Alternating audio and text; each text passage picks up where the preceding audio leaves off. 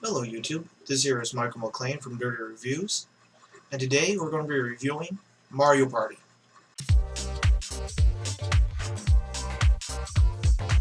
Mario Party is a game that was developed by Hudson Soft, but published by Nintendo. It was released in 1998 for the Nintendo 64, and it's actually the first game in the Mario Party series. Now, as the first Mario Party game, it was actually a big venture into what the N64 could do at the time. For example, it has 50 built-in mini-games. You can play up to 6 characters: Mario, Luigi, Princess Peach, Yoshi, Wario, and DK.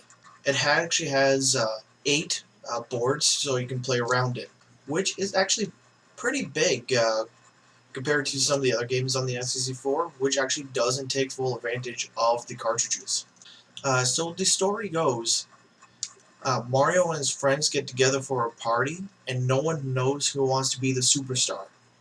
So they decided to become the superstar, they must beat Bowser. This is all these sounding familiar. And to beat Bowser, you'll have to collect the most stars. Do they really have to rip off their own game? So, let's move on to the graphics, shall we? So for the first Mario Party game, the graphics were really decent.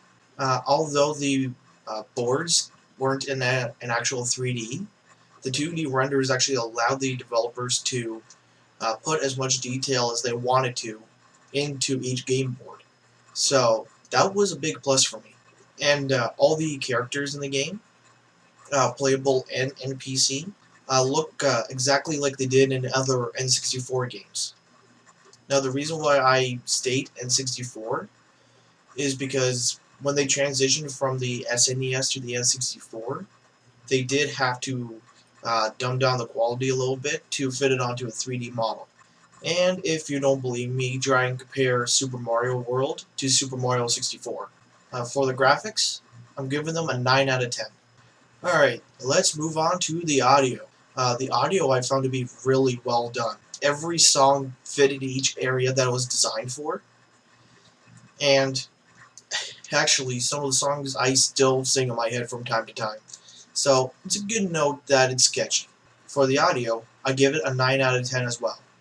Alright, back to that nitty-gritty, the gameplay. The menus are easy to navigate for the first time playing. By navigating to Rules Land, it will actually describe the game in greater detail than the game manual. So if you don't have the manual anymore, go into Rules Land, and it will actually teach you how to play the game. The control layout for each minigame is actually really well done. Especially for my favorite one, Bobsled Run. It's actually very easy to get used to. But some of them do have their challenges, which is actually a good thing in some cases. And each control layout for each minigame is laid out before you start the actual minigame. All you have to do is press C right, and you'll be able to view all the controls, either for the 4-player, 2 versus 2, 1 versus 3, or the free-for-all.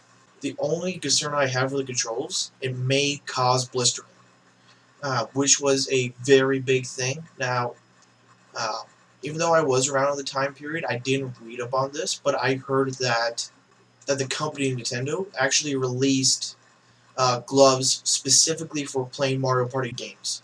You can confirm this by posting a comment in the comment section below, because I love to hear the full story of that. So for the gameplay, I'm going to give it 8.5 out of 10. Alright, so this has been Michael McLean from Nerdy Reviews. Please tune in next week, and don't forget to press that like button if you want to see more. Follow us on Twitter, like us on Facebook, subscribe to this YouTube page. If that's all, I'll see you next week.